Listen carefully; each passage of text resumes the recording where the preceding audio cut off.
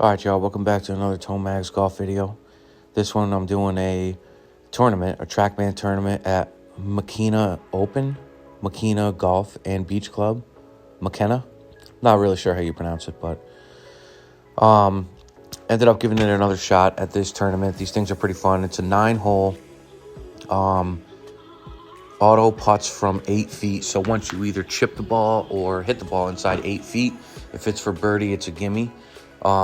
If it's par, it's a gimme. So number 10 right here is a par 5 straight away. I was just aiming right at the bunker over there and just trying to hit the fairway finder basically. Yanked it a little bit left, but thankfully, because it cut back basically dead straight into where I was looking for. It went 258, so it didn't hit it the best, but I had 218 to the flag. I was in between 5 and 4 iron here.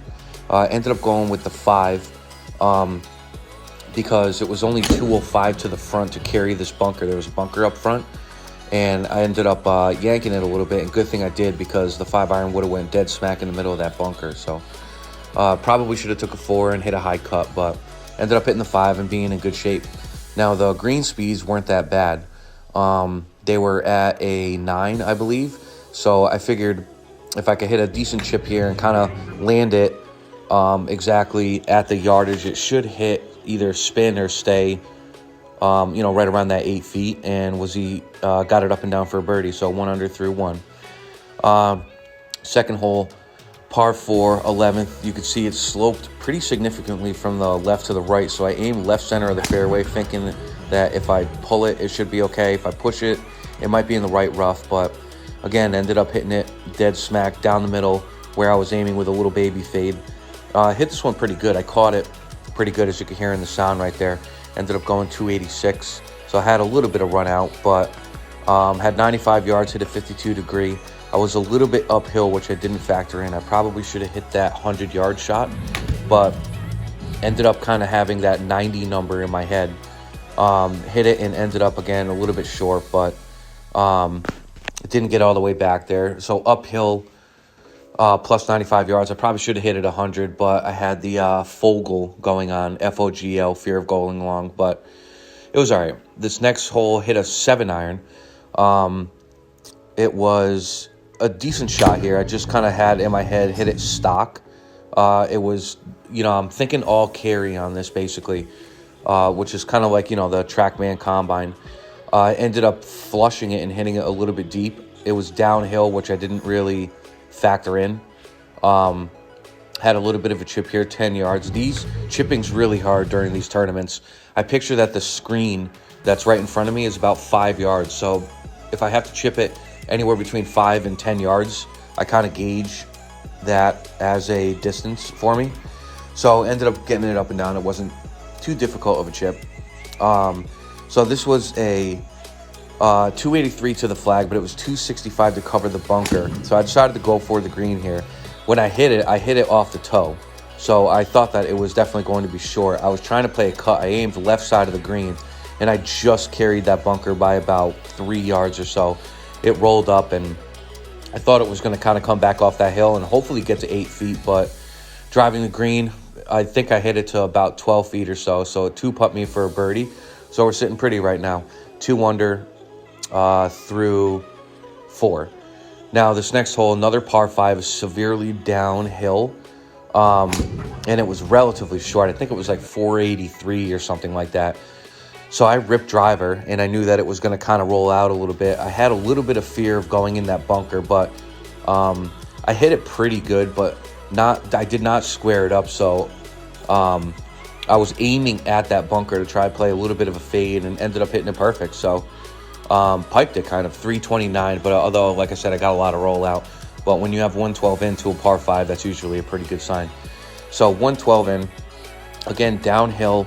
The ball was below my feet just a hair, so I aimed a little bit left, and I had that 100-yard in my head, and I took a 100-yard swing, and I did not make good contact with it. It came off the toe a little bit, but knocked it on the green for another 2-putt birdie. So sitting pretty. Now, this par 3, 174 yards, I thought it would be just a perfect stock 8 iron.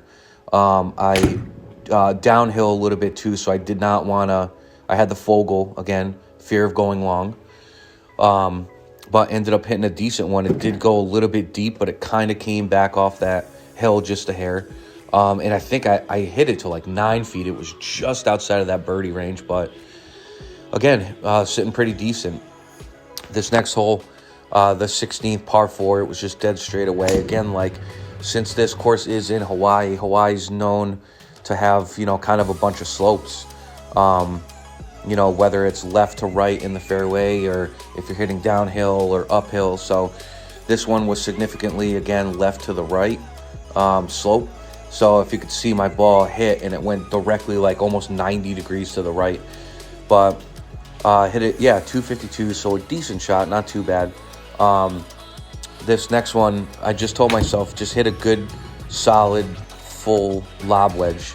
Should be like kind of a perfect 75 yards. It was, I guess it was a little bit downhill because I ended up going deep. I carried it about 82 yards, which is a little bit farther than normal, but ended up, you know, making par. And whenever you make par, it's not a bad thing, obviously, especially in these tournaments, because I don't want to leave myself chipping. So this next hole, hole 17, again, was a short par 4. I aimed a little bit left, trying to hit like a decent cut, and it just kind of went dead straight on me. I hit it off the toe just a hair, but I knew that even if I hit kind of a bad drive, I still would have probably, you know, a wedge into the green.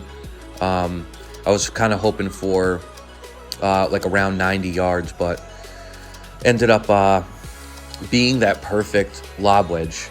I had to wait right here because where this bay was, there's a bar right behind it, and I've hit a hard lob wedge, and there's like a metal bar above the screen that if you hit it, the ball shoots backwards. So I ended up just giving it a little bit and waiting for these people to order their drink and get back. But I had a perfect lob wedge here, 75 yards, so I knew that it was going to be stock. It wasn't uphill, downhill. So I gave this the full Nelly right here because I had to get it over that tree.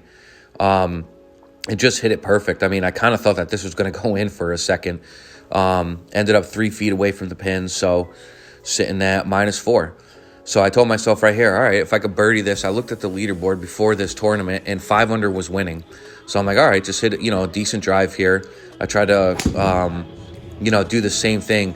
I aimed a little bit left, trying to play a little bit of a cut, and I did the same thing. I just pulled it left over here. So ended up in the rough, and I had that tree.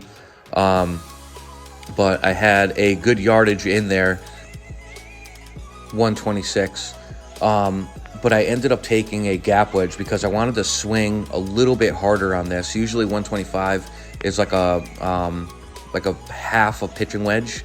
That tree was a little bit in my head, but I just told myself if I swing this hard, it should be, you know, a decent shot because the pin was a little bit in the back, so it was only about 110 to the front. So I thought that if I hit that good, it would have been a perfect yardage, which it kind of was. I just hit it a little bit left, but ended up making par and finished 4 under for the tournament. So, you know, I played this pretty decent.